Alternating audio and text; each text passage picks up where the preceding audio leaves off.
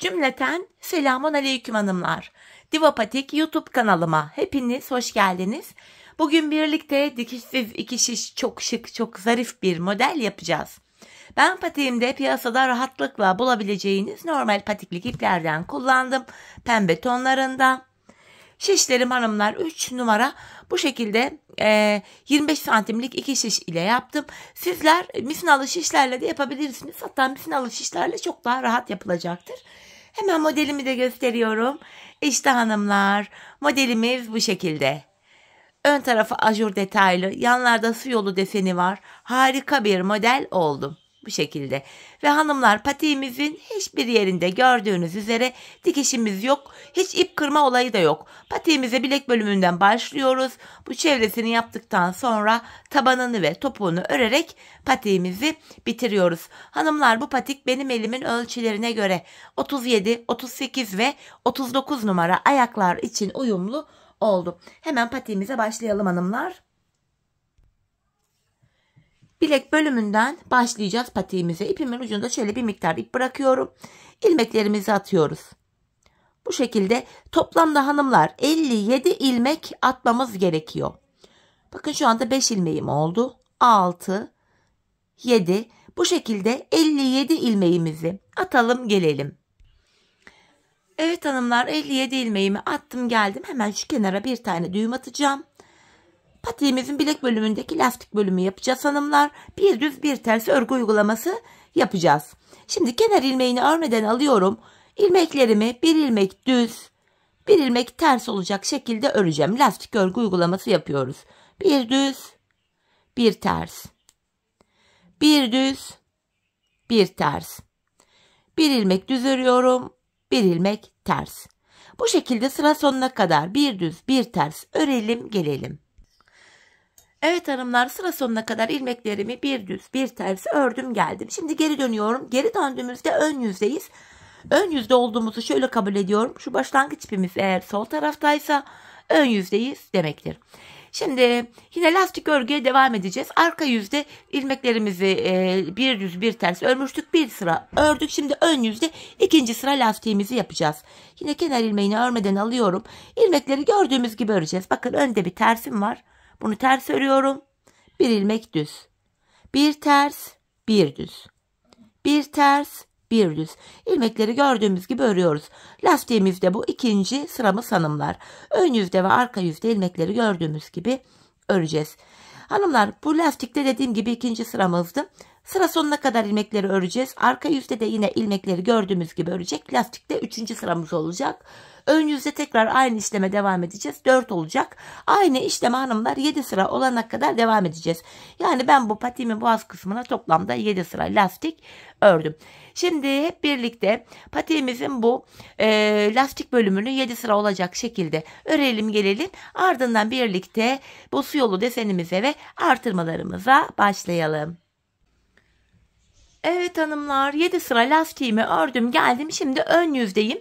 Model kurulumuna başlayacağız. Yani kenardaki bu su yolu modellerini yapacağız. Ortadaki artırmalarla birlikte ajurlarımızı yapacağız. Patiğimizin şu kenarlarına ben toplamda 5 tane su yolu modeli. Bu kenara 5 tane de diğer kenara yaptım.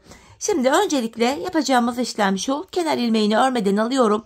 Yanına bir ilmek ters ördüm. Su yolu modelimiz 3 ilmek üzerine yapılıyor hanımlar. Şöyle ki öndeki 2 ilmeğimi şöyle keserek örüyorum. Artırma yapıyorum. Bir ilmek düz ördüm. İlk su yolu modelimizi yaptık. Modelimiz arasında 2 tane tersimiz var. Bir, şu ikinci ters ilmeğim. Şimdi ikinci su yolunu yapacağız. Öndeki 2 ilmeğimi kesiyorum.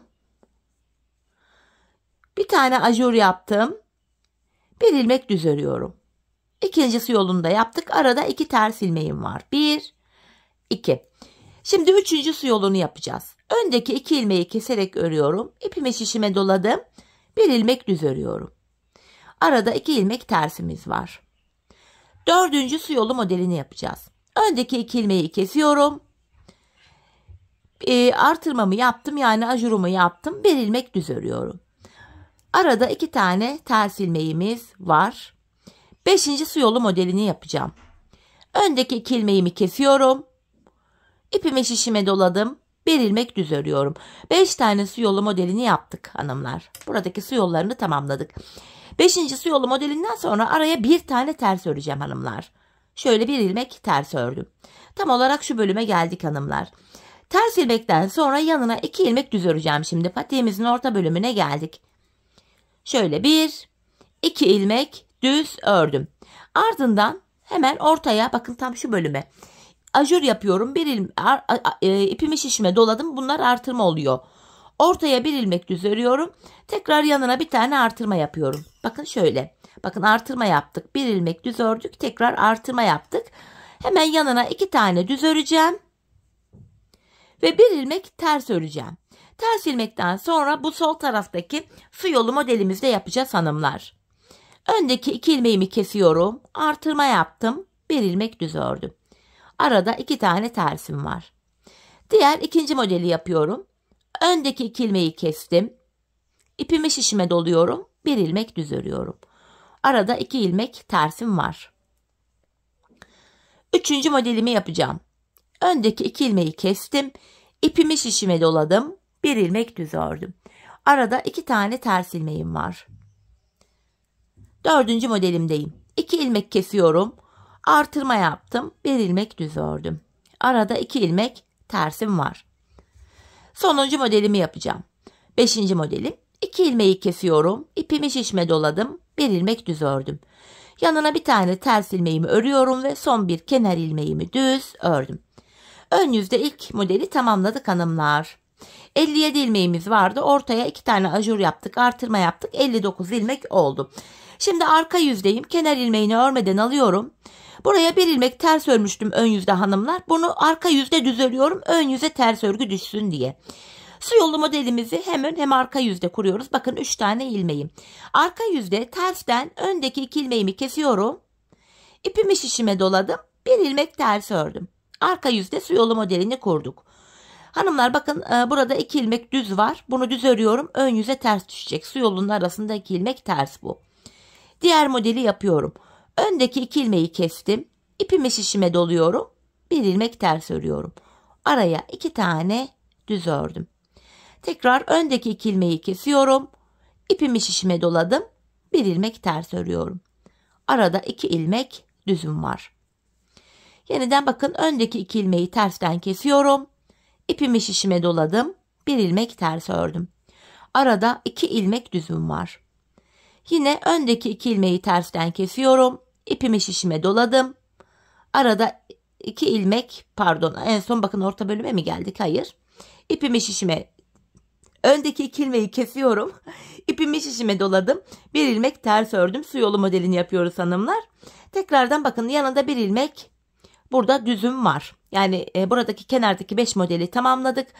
Ön yüzde bakın ters ördüğümüz modeli arka yüzde düz ördük. Burada hanımlar ön yüzde şöyle çevireyim bakın. Bir tersten sonra 2 düz örmüştük. Ajur yapmıştık. Aralardaki ilmekleri tamamen düz örmüştük ön yüzde. Arka yüzde bunları ters öreceğiz. Yani kenarda şöyle su yolu modelini bitirip yanına bir ilmek düz ördükten sonra aradaki şu ilmekleri ters örüyorum. Sayalım 2 ilmek ters ördüm. 3, 4, 5, 6, 7. Ortaya 7 ilmek ters ördüm. Kenardaki 5 tane su yolu modelimizi şimdi yine devam ettireceğiz. Bir ilmek düz örüyorum. Ön yüze ters düşüyor hanımlar. Şimdi öndeki 2 ilmeği kesiyorum. İpimi şişime doladım. Bir ilmek ters ördüm. Arada 2 ilmek düzüm var. Hemen bu ilk 2 ilmeği tersten kesiyorum. Su yolu modelimin ilmeğini. İpimi şişime doladım. Bir ilmek ters ördüm. Yanında 2 ilmek düzüm var. Tekrar öndeki 2 ilmeğimi tersten kesiyorum. İpimi şişime doladım. Bir ilmek tersim var. Yanına 2 tane düz örüyorum. Ön yüze ters düşüyor bunlar. Devam ediyorum. Yine öndeki 2 ilmeğimi tersten kestim. İpimi şişime doluyorum. Bir ilmek ters ördüm. Yanında 2 tane düzüm var. 5. ve sonuncu su yolumu yapıyorum. Öndeki 2 ilmeği tersten kesiyorum. İpimi şişime doladım. Bir ilmek ters ördüm. Yanında bir ilmek düzüm var hanımlar ve son kenar ilmeğini de düz olarak ördüm. Arka yüzde modeli tamamladık. Bu artırma işlemini hanımlar ortadaki ajurları sadece ön yüzde yapıyoruz. Arka yüzde bu aradaki ilmekleri tamamen ters örüyoruz. Şimdi tekrar ön yüzdeyiz. Bu kenardaki 5 tane su yolu modelimiz patiğimiz bitene kadar aynı şekilde örülecek hanımlar. Artırma işlemi sadece patiğimizin ön kısmında gerçekleşecek. Şimdi ön yüzde tekrar su yolu modelini aynı şekil kuracağız. Kenar ilmeğini aldım, yanına bir tane ters örüyorum. İşlem şu: öndeki 2 ilmeği kesiyorum, artırma yaptım, bir ilmek düz ördüm. Ön yüzde su yolu modelini böyle yapıyoruz. Öndeki 2 ilmeği kesiyoruz, artırma yapıyoruz ve bir ilmek düz örüyoruz. Arada 2 tane ters ilmeğim var. Şimdi ikincisini yapacağım. 2 ilmek kesiyorum, ipimi şişime bir kere doladım. Şöyle bir ilmek düz örüyorum. Arada 2 tane tersim var. Bu şekilde hanımlar. Ördükçe model kendini gösterecek. Şimdi 3. modelimdeyim. Öndeki 2 ilmeği kestim, artırıyorum, bir ilmek düz ördüm. Arada 2 ilmek tersim var. 4. modeli yapacağım. Öndeki 2 ilmeği kestim, artırdım, bir ilmek düz ördüm. Araya 2 ters. 5. ve sonuncu modelimdeyim. Öndeki 2 ilmeği kesiyorum, artırmamı yaptım, bir ilmek düz örüyorum. Arada bir tane tersim var. Çünkü 5. modelden sonra bir ilmek ters örüyorduk. Bakın 1, 2, 3, 4, 5. modelimiz. Şimdi şurada hemen ajurlarımızın yanında şurada 2'şer ilmek düz var. Model bitene kadar su yolundan sonra ördüğümüz bir tersin yanına 2 ilmek düz öreceğiz. Şimdi 2 ilmek düzümü örüyorum. 1, 2. Bakın burada artırmamı yapacağım. V şeklinde açılacak. 2 ilmek düz ördükten sonra artırmamı yapıyorum. Bu defa ortada 1, 2, 3 ilmek düzüm var. Tekrar ajurumu yapıyorum. Yani artırmamı yaptım. Yanına hemen bu kenardaki 2 ilmek düzü de ördüm. Hemen burada ters var. Tersimi ördükten sonra bu sol kenardaki su yolumu da yapacağım. 2 ilmek kesiyorum. Artırıyorum. 1 ilmek düz örüyorum. Araya 2 tane ters. İlk modeli yaptık. Diğer 4 modeli de aynı şekilde yapıyoruz. 3. modelimdeyim. Kestim, artırdım, bir düz ördüm, 2 ters. 4. model. Kesiyorum, artırıyorum, bir düz örüyorum. Arada 2 tersim var. Sonuncu model. Kesim yaptım, artırdım, bir düz ördüm. Bir tane tersim var ve son kenar ilmeğini düz örüyorum. Ön yüzde işlemi tamamladık. Arka yüzde yine kenardaki su yolu modelimize devam edeceğiz. Arka yüzde su yolu modelini tersten yapıyoruz. Kenar ilmeğini aldım. Bakın buraya bir ilmek düz ördüm. Bakın 3 tane ilmek su yolu modeli. Bu defa tersten kesim yapıyorum. Öndeki 2 ilmeği tersten kesiyorum. Artırma yaptım. Bir ilmek ters ördüm. Bu defa araya 2 ilmek düz örüyoruz. Ön yüze ters düşüyor. Bu 2 ilmeği tersten kesiyorum. İlk 2 ilmeği artırıyorum. Bir ilmek ters örüyorum. Arada 2 tane düzüm var. 3. modeli yapacağız. 2 ilmeği tersten kestim. Artırdım. Bir ilmek ters ördüm. Arada 2 tane düzüm var. Öndeki 2 ilmeği tersten kesiyorum. Artırma yapıyorum. Yanına bir tane ters örüyorum. Arada 2 tane düz ilmeğim var. Bakın hanımlar 1, 2, 3, 4 modeli yaptık. 5. modelimizi yapacağız. 2 ilmeği tersten kesiyorum. Artırdım. Bir ilmek ters ördüm. Yanına bu defa bir ilmek düzüm var. Çünkü 5. su yolu modelini bitirdik. Bir düz ördükten sonra aradaki ilmeklerin hepsini ters öreceğiz. Sayarak gidelim. 1, 2, 3, 4, 5, 6, 7, 8, 9. Bu defa araya 9 ilmek ters ördüm. Yanında bir tane düzüm var. Ve su yolu modelimiz var burada 5 tane. Devam edeceğiz ona. 2 ilmeği tersten kesiyorum. Artırıyorum. Bir ilmek ters örüyorum. Arada 2 ilmek düzüm var. İkinci modeli de yine aynı şekilde yapacağız hanımlar. Su yolu modelini ön yüzde düzden kesiyoruz. Artırıyoruz. Bir ilmek düz örüyoruz. Arka yüzde de ilk 2 ilmeği tersten kesiyoruz. Artırıyoruz. Ve bir ilmek ters örüyoruz. Devam ediyorum. 2 ilmeği tersten kestim. Artırdım. Bir ilmek ters ördüm. Arada 2 tane düzüm var. Sonuncu modelimdeyim. Tersten kesiyorum. artırıyorum ve bir ilmek ters örüyorum. Yanındaki 2 ilmeğimi de düz olarak örüp arka yüzde sıramı tamamladım. Evet hanımlar, şimdi ön yüzdeyiz. Bu ortada bakın V şeklinde görüntümüz ortaya çıktı. Şimdi burada 3. ajurumuzu açacağız. 3. ajuru açarken de ortadaki 2. ajurlu desene başlayacağız hanımlar şu bölümde. Yine kenardaki su yolu modelimizi ön yüzde kuracağız. 5 tane su yolu modelimizi. Kenar ilmeğimi aldım, bir ters örüyorum. Öndeki 2 ilmeği kesiyorum. Artırdım. Bir ilmek düz ördüm.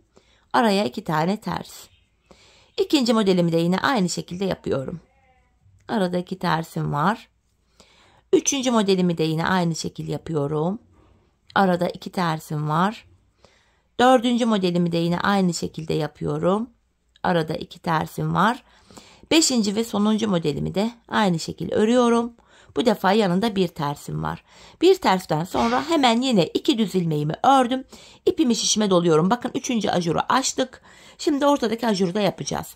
İpimi şişime doladıktan sonra buraya 1, 2 ilmek ördüm. Tam orta kısma bakın. Tekrar ipimi şişime doluyorum. 1 ilmek ördüm. İpimi şişime doluyorum. 1, 2 ilmek ördüm. Şimdi buradaki 3. ajuru da yapacağız. Tekrar ipimi şişime doladım. Bu 2 düzümü düz olarak örüyorum. Yanındaki bir tersim ters örülüyor. Şimdi bu sol taraftaki su yolunu yapıyoruz. 2 ilmeği kesiyorum. Artırdım. Bir düz ördüm. Bu sırada hanımlar 4 ilmek birden arttı orta kısımda. Tekrar aradaki 2 tersimi ters ördüm. Ajurlarımı, su yolumu yapıyorum. Öndeki 2 ilmeği kestim. Artırdım. Bir düz ördüm. Arada 2 tersim var. Kalan 3 desenimizi de aynı şekilde tamamlayacağım. Bu şekilde aradaki 2 tersimi ördüm. 4. su yolu modelimi yapıyorum. Arada 2 tersim var. 5. su yolu modelimi yapıyorum.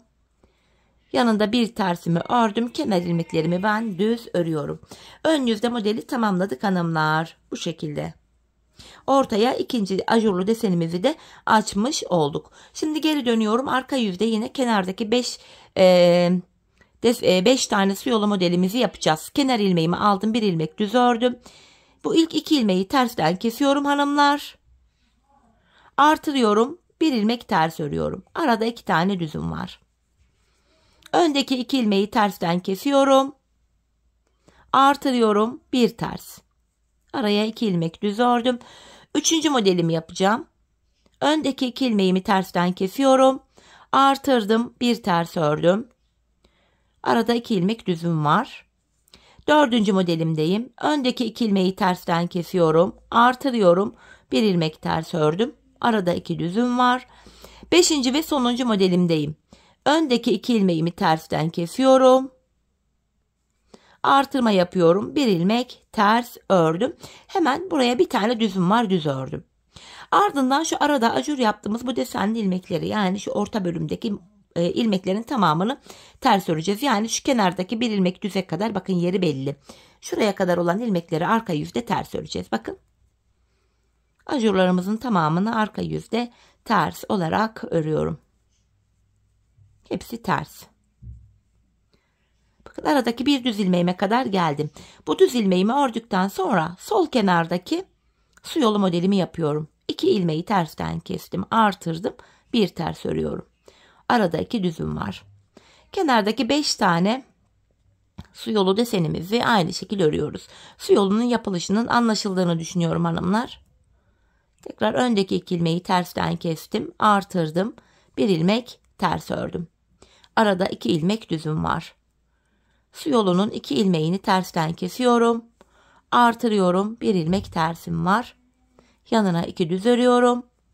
Sonuncu su yolu modelimi yapacağım şimdi. Öndeki 2 ilmeğimi tersten kesiyorum. Şöyle artırıyorum. Bir ilmek ters ördüm. Yanındaki 2 ilmeğimi düz ördüm. Tekrar ön yüzdeyiz hanımlar. Gördüğünüz üzere bakın. Ördükçe şeklimiz kendini göstermeye başlıyor. Desenimiz şöyle. Şimdi devam edeceğiz yine ortadaki artırmalara. Bu aşamada hanımlar kenardaki 5 tane su yolu modelimiz yine aynı şekilde yapılacak. Su yolu modelinde bir değişiklik yok. Model bitene kadar bu böyle devam edecek. Öndeki 2 ilmeği kesiyorum. Artırıyorum. Bir ilmek düz örüyorum. Araya 2 tane ters. Bu şekilde hanımlar bu kenardaki su yolu modelimizi, sağ kenardakini tamamlayıp gelelim. Evet hanımlar, kenardaki su yolu modelimi tamamladım. Hemen yanına bir tersimi ördüm. 2 düzümü yine düz örüyorum. Tekrardan bakın ajurumu yapıyorum buraya. Ajurdan sonra bu ortadaki ajurumuzda, bakın yeni açtığımız ajurumuzda yine sağa ve sola doğru V şeklinde açılacak. Bu şekilde. Ajurumu yaptım. Yanına 1, 2, 3 ilmek örüyorum. Tekrar bakın ajur yaptım. 3 ilmek öreceğim. 1, 2, 3. Tekrar ajur yapıyorum. Yanına 1, 2, 3 ilmek ördüm. Buradaki sonuncu ajurumu yapıyorum. Yanına 2 ilmek düz örüyorum. Ve aradaki bir tersimi ördüm.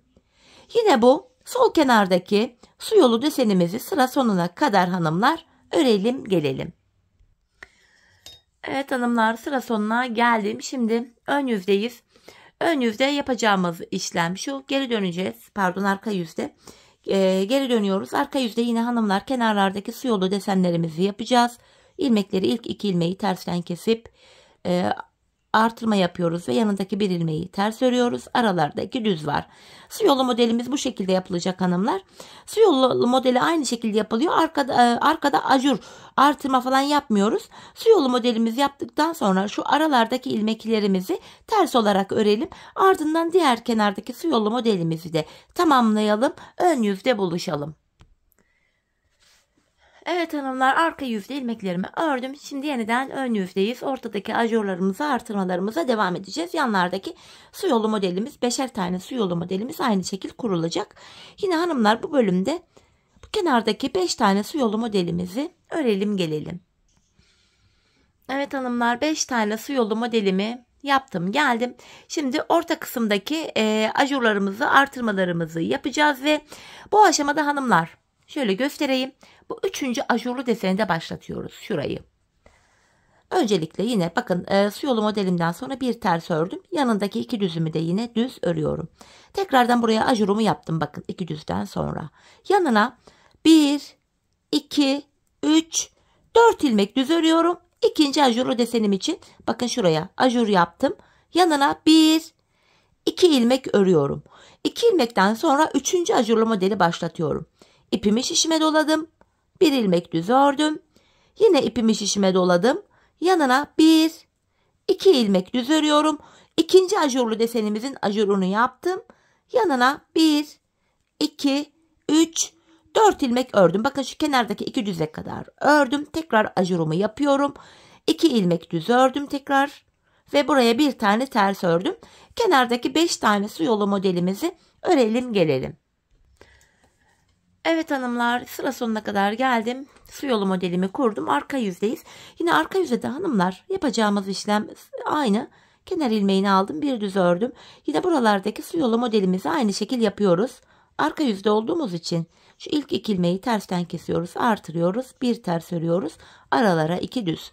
Su yolu modelimizi aynı şekilde yapalım gelelim hanımlar. Bakın şurada yeri belli, bir tane düz ilmek görünüyor. Buraya kadar olan ilmekleri örelim. Sonra bu oradaki bakın şurada bir düz ilmek, 2 tane düz ilmeğimiz şurada bakın. Biri şurada, biri de burada.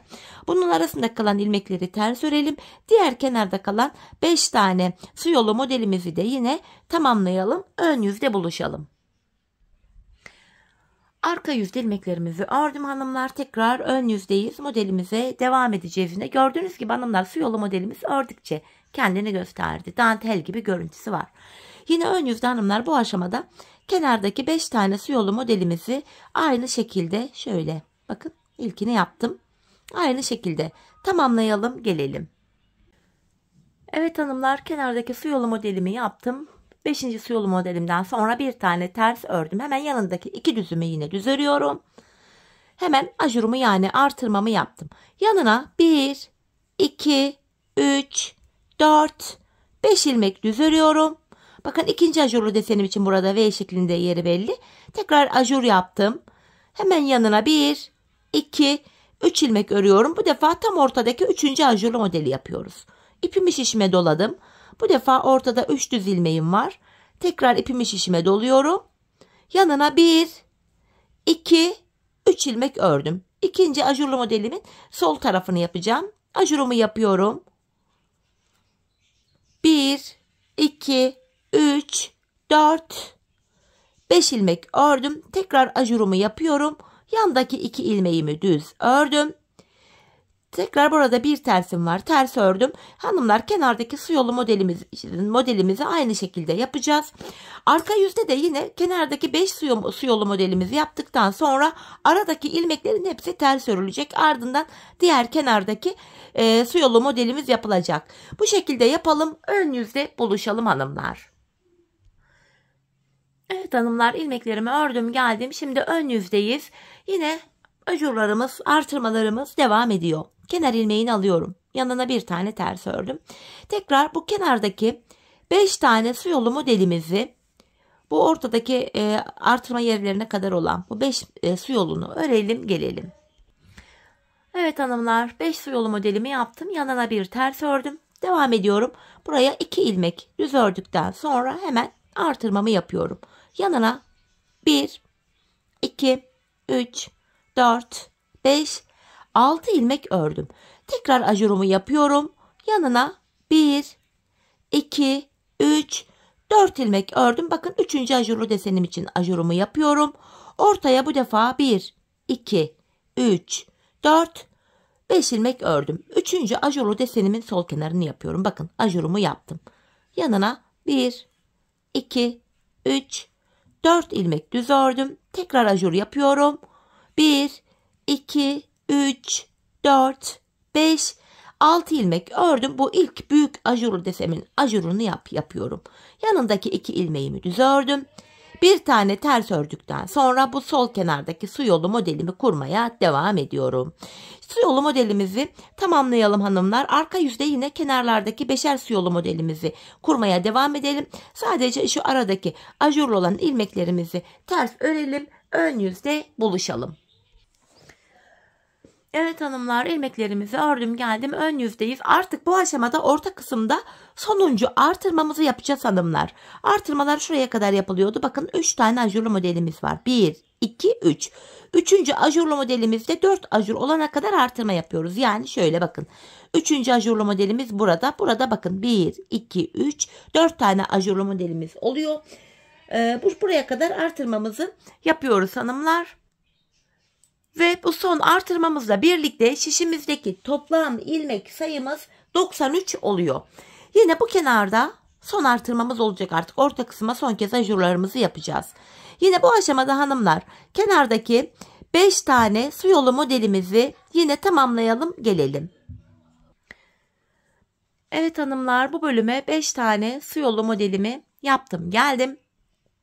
Şimdi artırmalarımızı son kez yapacağız. Hemen yanına su yolumdan sonra bir ters ördüm. 2 düz ilmeğimi düz örüyorum ve buraya ajurumu yapıyorum. Sayarak gidelim. 1, 2, 3, 4, 5, 6, 7 ilmek ördüm. 2. ajurlu desenimin ajurunu yapıyorum. İpimi şişime doladım. Yanına 1, 2, 3, 4, 5 ilmek ördüm. 3. ajurlu desenimin bakın sonuncu ajurunu yapıyorum. Yani 4. sıra ajurunu. İpimi şişime doladım. Ortaya 1, 2, 3, 4, 5, 6, 7 ilmek ördüm. Tekrar ajur yapıyorum. Yanına 1, 2, 3, 4, 5 ilmek ördüm.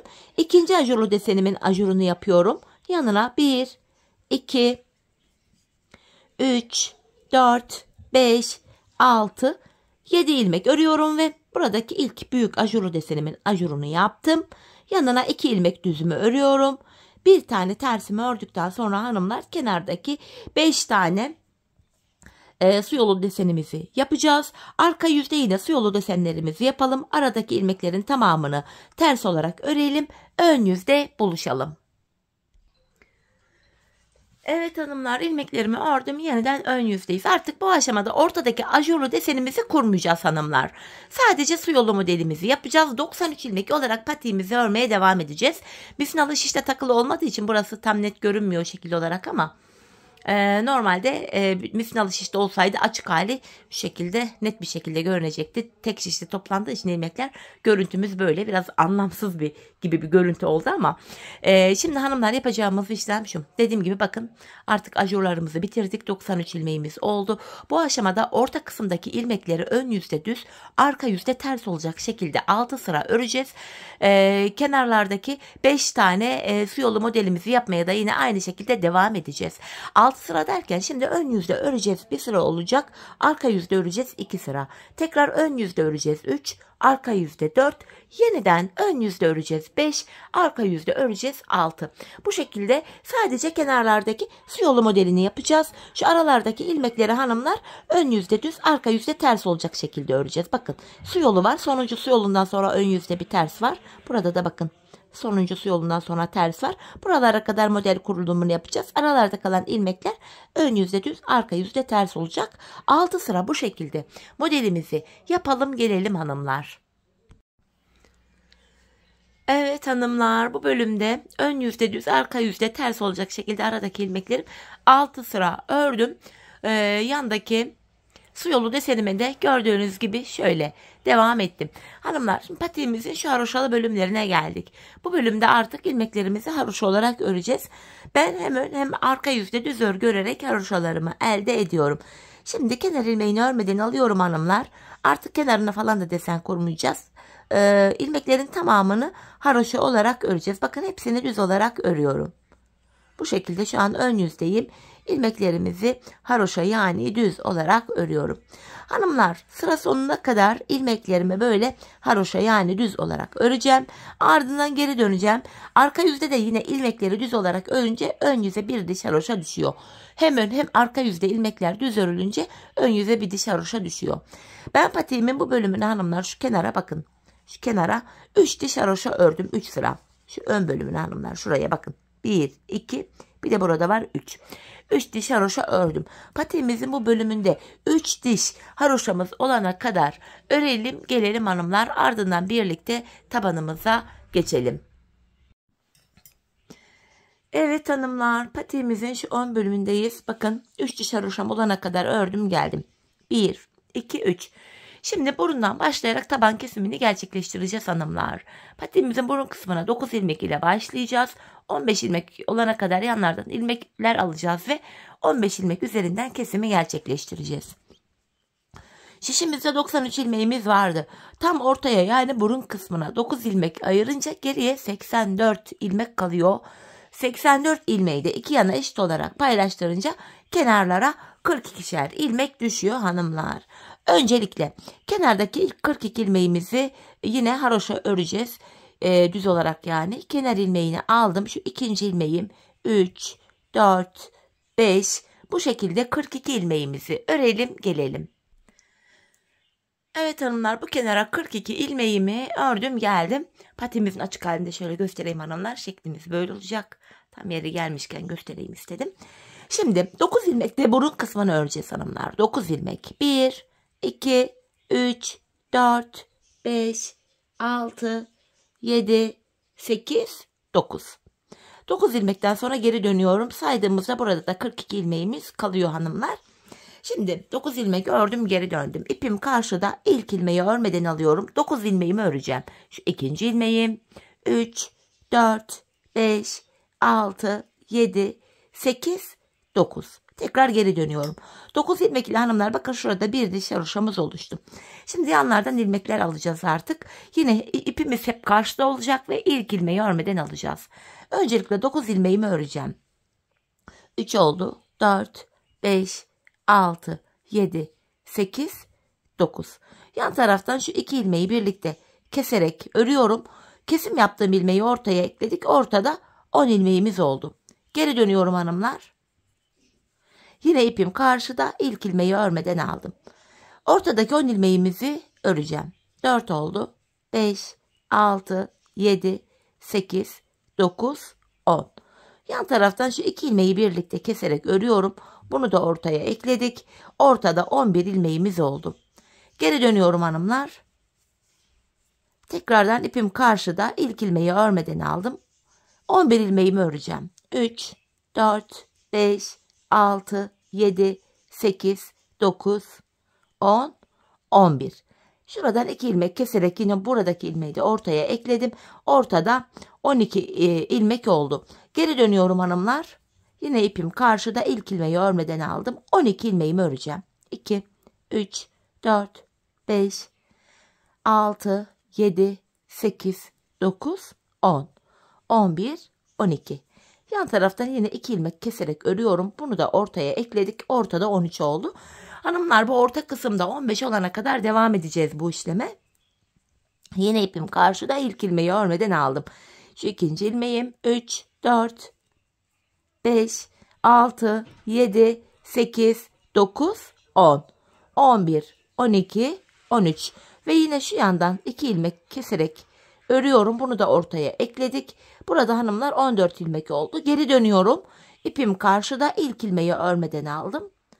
2, 3, 4, 5, 6, 7, 8, 9, 10, 11, 12, 13, 14 ilmeğimi ördüm. Yan taraftan şu 2 ilmeği de keserek örüyorum. Tabanda böylece 15 ilmeğimiz kaldı hanımlar. Şimdi 15 ilmekle kesimimizi yapacağız. Artık tabanımız 15 ilmek üzerinden örülecek. Bu aşamada yapacağımız işlem şu. Yine ipimiz karşıda olacak ve ilk ilmeği örmeden alacağız. Tabanda 15 ilmek var. 14 ilmeği öreceğim hanımlar. Bakın 4 oldu. 5, 6, 7, 8, 9, 10, 11, 12, 13, 14'ü ördüm. 15. ilmekte yanından da bir ilmek alıyorum. İkisini keserek örüyorum. 14 ilmek örüyoruz. 15. ilmekte kesim yapıyoruz. Şimdi geri dönüyorum. Yine ipim karşıda ve ilk ilmeği örmeden aldım. Tekrar 14 ilmek öreceğim. 15. de kesim yapacağım. Kenar ilmeğim 1, 2, 3, 4, 5, 6, 7, 8, 9, 10, 11, 12, 13, 14 ilmeğimi ördüm. 15. ilmekte yandan da bir ilmek alıyorum. İkisini keserek örüyorum. Bu şekilde hanımlar devam edeceğiz. Her seferinde ilmekleri saymaya da gerek yok. Şöyle ki taban ile kenarlar arasında bakın ayrık bir görüntü var. Şimdi ilmekleri saymadan gidelim. Bakın ilk ilmeği örmeden aldım. Tabanımda son bir ilmeğim kalana kadar öreceğim. Sonuncu ilmeğimi örerken kesimimi yapacağım.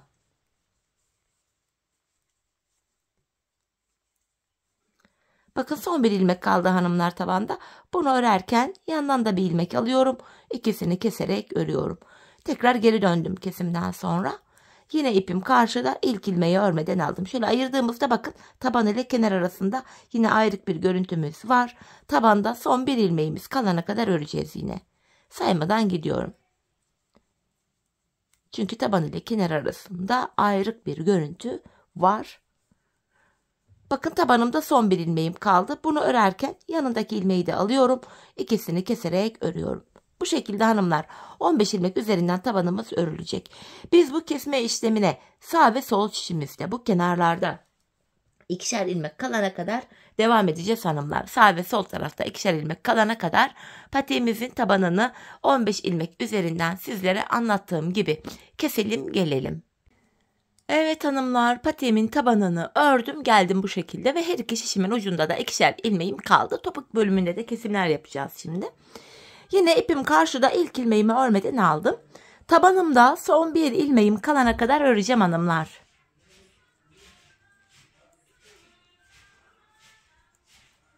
Bu şekilde bakın yine tabanımda son bir ilmek kaldı. Bunu örerken yandan da bir ilmek alıp ikisini kesiyorum. Ardından geri döndüm. Yine ipim karşıda, ilk ilmeği örmeden alıyorum. İkinci ilmeği ördüm. Ardından hemen öndeki 2 ilmeği keserek örüyorum. İkisini birlikte ördüm. Şimdi burada da tabanda son 4 ilmek kalana kadar öreceğiz. Şu 2 tane kenardakini saymıyoruz. Tabanda son 4 ilmeğimiz kalana kadar öreceğiz hanımlar. Bu şekilde ilmekleri örüyorum. Bakın son 4 ilmeğim kaldı. Yine şu öndeki 2 ilmeği keserek ördüm. Yanındaki bir ilmeği düz ördüm ve sonuncu ilmeği örerken yandan da bir ilmek alıp ikisini kesiyorum. Ardından geri döndük. Bakın kenarlarda birer ilmeğimiz kaldı. Şimdi yine burada tabanda son bir ilmek kalana kadar öreceğim. İpim karşıda, ilk ilmeği örmeden aldım. Son bir ilmeğim kalana kadar öreceğim tabanda. Bakın tabanda son bir ilmek kaldı. Bunu örerken yandaki ilmeği de alıyorum. İkisini keserek ördüm. Şimdi geri dönüyorum hanımlar. İpim karşıda, ilk ilmeği örmeden aldım. İkinciyi örüyorum. Öndeki 2 ilmeği yine keserek ördüm. Bu şekilde. Tekrar burada tabanda son 4 ilmek kalana kadar öreceğim. Bakın son 4 ilmek. Öndeki ikisini kesiyorum. Yanındaki bir ilmeği düz ördüm. Sonuncu ilmeği örerken yanındakini de alıyorum. İkisini keserek örüyorum. Şimdi geri döndük hanımlar. Bu aşamada burada sayalım. 3, 6, 9, 11 ilmeğimiz kaldı. 11 ilmek ile patiğimizin şu topuk bölümünü yapacağız şimdi. Tekrar ipim karşıda. İlk ilmeği örmeden alıyorum. Şimdi son 2 ilmek kalana kadar öreceğim. Son 2 ilmeğimi kesiyorum. Şimdi 10 ilmek kaldı çünkü ilmek kestik burada. Hanımlar bakın şurada kenar ilmek yerleri var V şeklinde şuralarda. Buradaki ilk kenar ilmek yerine ilmeğin 2 kanadına birden girerek bir ilmek çıkarttım. Tekrar 11 ilmeğimiz oldu. Bu şekilde hem patiğimizin arkasını örmüş oluyoruz hem de bu arkasını şu kenarlara eklemiş oluyoruz örerken. İlmek çıkarttım, geri dönüyorum. İpim karşıda, ilk ilmeği örmeden aldım. Tekrar son 2 ilmek kalana kadar öreceğim. Son 2 ilmeğimi yine kesiyorum. Bu sağ kenarda ilmek çıkartırken daha rahat çıkartabileyim diye geri döndüm hanımlar ön yüzde. Hemen buradaki bakın ilk kenar ilmek yerine şuraya girerek buradan da bir ilmek çıkarttım. Yeniden 11 ilmek oldu. Patiğimizin arkası bu şekilde yapılıyor. Son 2 ilmek kalana kadar örüyoruz. Son 2 ilmeği kesiyoruz ve sıradaki kenar ilmek yerinden ilmek çıkarıyoruz. Bakın son 2 ilmek. İkisini keserek ördüm ve sıradaki kenar ilmek yerim şurası. Buraya girerek bir ilmek çıkarttım. Geri dönüyorum. İpim karşıda, ilk ilmeği örmeden aldım.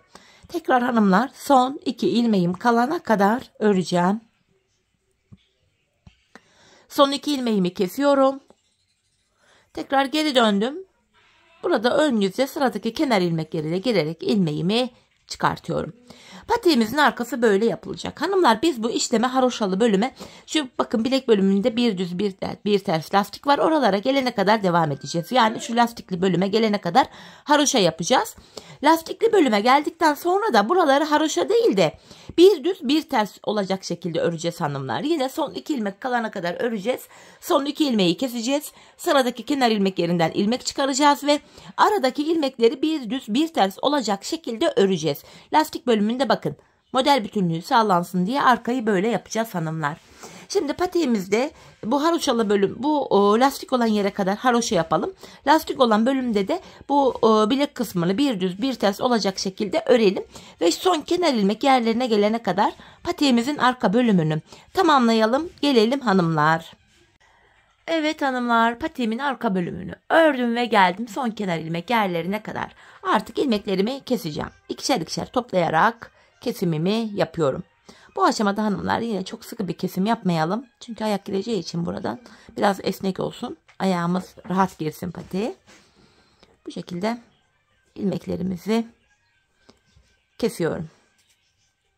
Sonuncu ilmeğimi de yine kestim. Bu aşamada kenarda böyle tümsek bir görüntü kalmasın diye hemen şu dibine batarak şöyle buraya bir sık iğne oluşturdum. Bir tane de sıkı bir zincir çekip ipimi kesiyorum. Patiğimizi başladığımız gibi bitirdik hanımlar. Hiç ip kırmadık. Başladığımız yerde patiğimiz bitti. Bakın başlangıç ipimiz burada. İplerimizin uçlarını gizliyorum.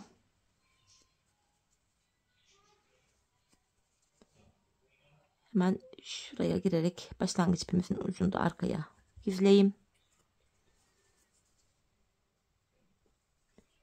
Gördüğünüz üzere hanımlar gayet kolay bir patikti. Çok da güzel, çok şık.